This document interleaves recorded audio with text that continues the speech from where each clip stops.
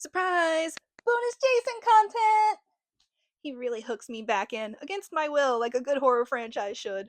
I watched the fan made movies Never Hike Alone, Never Hike in the Snow, and Never Hike Alone 2. I'd heard of the first one, but had no idea it was a series the filmmakers at Womp Stomp Films had gotten into making. Like, oh, cool, a fan film, and suddenly this is somehow more organized than the official franchise. These are amazing. The production quality is so high. These people were using every penny they had to its most effectiveness. I cannot praise these movies enough. It is so interesting to me, considering how a lot of the Friday the 13th movies suffer at least a little from low production value or lack of care from their makers. But they still inspire people to make truly amazing media. The fan films have passion. Some of the original ones had a release date. Never Hike Alone is a simple short story of Kyle, an extreme hiker with a YouTube channel, going on a hike. He's competent, he's enjoying himself. The shots of nature do something that the official movies never do: utilize nature to its full beauty to show the allure of the woods and the creeping dread that can exist in a beautiful place when you are all alone. The woods are beautiful until you hear literally one stick snap. He follows an unmarked trail and crosses over a no trespassing sign to stumble upon what remains of Camp Crystal Lake. And here the movie starts making references. There's crime scene tape and markers where deaths occurred. The deaths are callbacks to the ones from the original movie, and Jason finds him. And the fight and chase is amazing. Jason is framed as big and relentless and no real escape, and Kyle is competent and tenacious and is fighting for every inch he can. Turns out that no trespassing sign wasn't decorative. And there's one bit where Kyle has a knife in his hand, and rather than using it to stab Jason, he uses it to give himself more leverage to get away. That is a great example of characterization. That made me stop dead in my tracks. Pun. Kyle isn't some stupid camp counselor. He's a competent outdoorsman who knows his shit. It's a slasher moment where someone uses knife for physics instead of vibes. Kyle gets away only because he's found by a ranger and rescued by EMTs. He's in and out of consciousness and hallucinating, and he's in a bad way. But Jason isn't done yet. He drags those EMTs out of the ambulance and starts tearing them apart. Jason does not respect emergency services, except one of those EMTs is Tommy Jarvis. Not just the character, but the original actor, too. I about screamed when I recognized him. And he gets Kyle out of there because if anyone is going to get you out of a Jason situation, it's Tommy motherfucking Jarvis.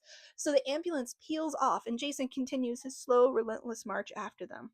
It is a solid Friday the 13th movie, no qualifiers. Next, I watched Never Hike in the Snow, which is much shorter, showing the death of young Mike, a teen who was hiking out in the same area. This one actually takes place before the first movie, and we see Mike's death, and we see the sheriff covering up Jason's murder and the death of one of the deputies. I mean, really, though, the grown man walked in on Jason having some mommy son time. He should have just backed away slowly. You do not interrupt Jason's emotional support hallucination hour. We also see the devastation that Mike's disappearance causes for his mother. She's a single mother, and she and Mike were clearly very close.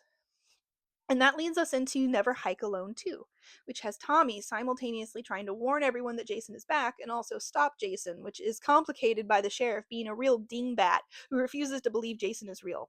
The sheriff has a file this thick on Jason's murders. Half of them happened before Tommy was old enough to stab anybody, and the sheriff looked at all of the decades of information and evidence and went, nah, vibe based policing only. The events of the first movie happen in the middle of this one. So we see Kyle brought back to the hospital that Tommy works at, battered and broken, but still fighting. And when Tommy comes to him and says, "You woke him up, we have to stop him," Kyle, to his credit, is on board almost immediately. Tommy then recruits a doctor who is, in fact, Mike's mother from Never Hike in the Snow to help him. She is still wrecked by grief. Mike's body was never found, so she's forced to remain in this hellish limbo of never knowing what happened. I love her. And the movie touches on this aspect of a mother's grief, but it doesn't really go into it very much, not as much as I would have liked. I feel like this is actually an underutilized aspect of the Jason mythos. The setup is very interesting. Jason was created essentially by a mother's love and grief fueled rage. Could he not be ended by the same thing? Any of the Friday the 13th movies could have gone into this more, but after the first one, they leaned more into the slasher formula, which sort of drowns those kind of ideas out. I wish this movie had gone into it more, but it does at least acknowledge and touch on it rather than pretend like it never existed. Jason in these movies is a mythic monster, smooth and controlled and single minded. There are some very cool shots of him, and I wish I could show them to you, but TikTok doesn't like guts as much as I do. Cowards. The trio manages to evade Jason as he hunts down Kyle and Tommy at the hospital and makes their way back to camp to destroy Mrs. Voorhees' head. The thought is, if they destroy the head, they destroy Jason's only tether to the world. It doesn't sound like it'll work, but Tommy has a doctorate in Jason at this point, so I'll trust him. After an amazingly fabulous fight, Jason himself ends up accidentally destroying the head, and you can feel his grief as he holds the shattered pieces. I've always got a soft spot for pitiful Jason, and seeing him essentially return to his mother in the water felt like a fitting end. And then after the credits roll, we get a little bit of one of Kyle's followers confirming that Kyle has retired, and this new guy plans to trace Kyle's last steps into Crystal Lake.